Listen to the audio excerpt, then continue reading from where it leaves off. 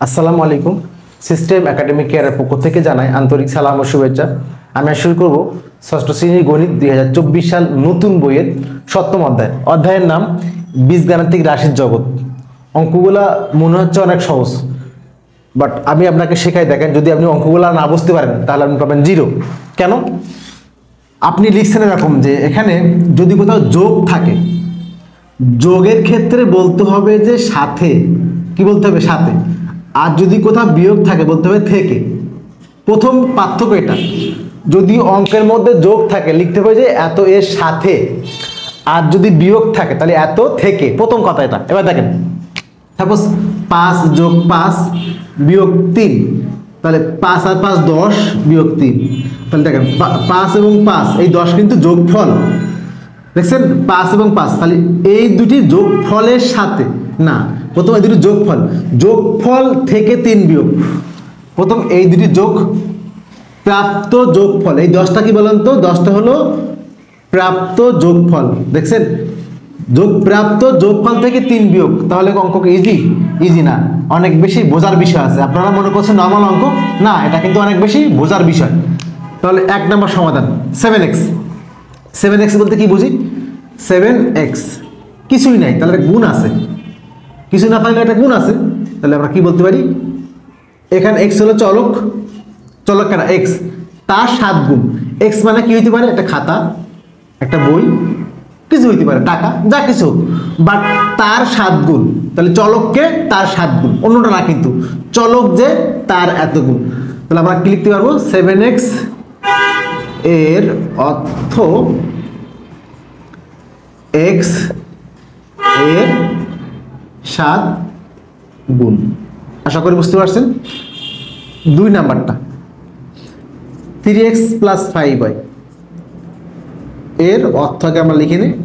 ওকে, দেখেন 3x + 5y, তাহলে আমরা 7x শিখছি না, চলককে x, তাহলে x এর 7 গুণ। এই যে লিখছি, ইজি একটা জিনিস, x এর 7 গুণ। তাহলে এটা লেখেন x এর 3 গুণ, x এর 3 গুণ। ওকে, একটু আগে বললাম যোগ, তাহলে কি লিখব? সাথে।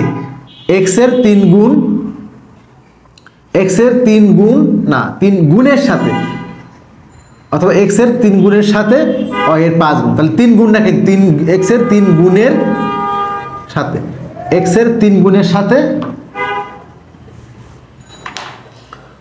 y এর 5 গুণ যোগ। y এর চলক হলো আগে y, তাহলে y এর 5 গুণ যোগ। তাহলে কি আসলে এখানে? সাথে। যোগ হলে কি সাথে? তাহলে এবার পার্ট পার্ট বলেন। x এর 3 গুণের সাথে y এর 5 গুণ যোগ। এখানে দেখে বলেন x এর, আবার দেখেন x এর 3 গুণের সাথে, x এর 3 গুণের সাথে y এর 5 গুণ যোগ। আশা করি 2 নাম্বারটা বুঝতে পারছেন। এখন করব 3 নাম্বারটা। 4x - 11y, 4x - 11y এর অর্থ আগের মতো দেখেন আছে কিন্তু মাইনাস, তাহলে কি হবে? থেকে। মাইনাস বললে থেকে, আর প্লাস বললে সাথে। তাহলে এবার চলক হলো x, তাহলে x এর 4 গুণ থেকে, এখানে লিখে দিই x এর 4 গুণ থেকে, x এর 4 গুণ থেকে, x এর 4 গুণ থেকে y এর 11 গুণ বিয়োগ, y এর 11 গুণ বিয়োগ। এই হলো আমাদের প্রথম পর্বের এই 3টি ম্যাথ। আমরা পরবর্তী পর্বে বাকি অঙ্কগুলো সলভ করে দেবো ইনশাআল্লাহ। সিস্টেম একাডেমিক কেয়ারের পক্ষ থেকে আন্তরিক সালাম জানিয়ে শেষ করলাম আজকের মতো ক্লাস। আল্লাহ হাফেজ।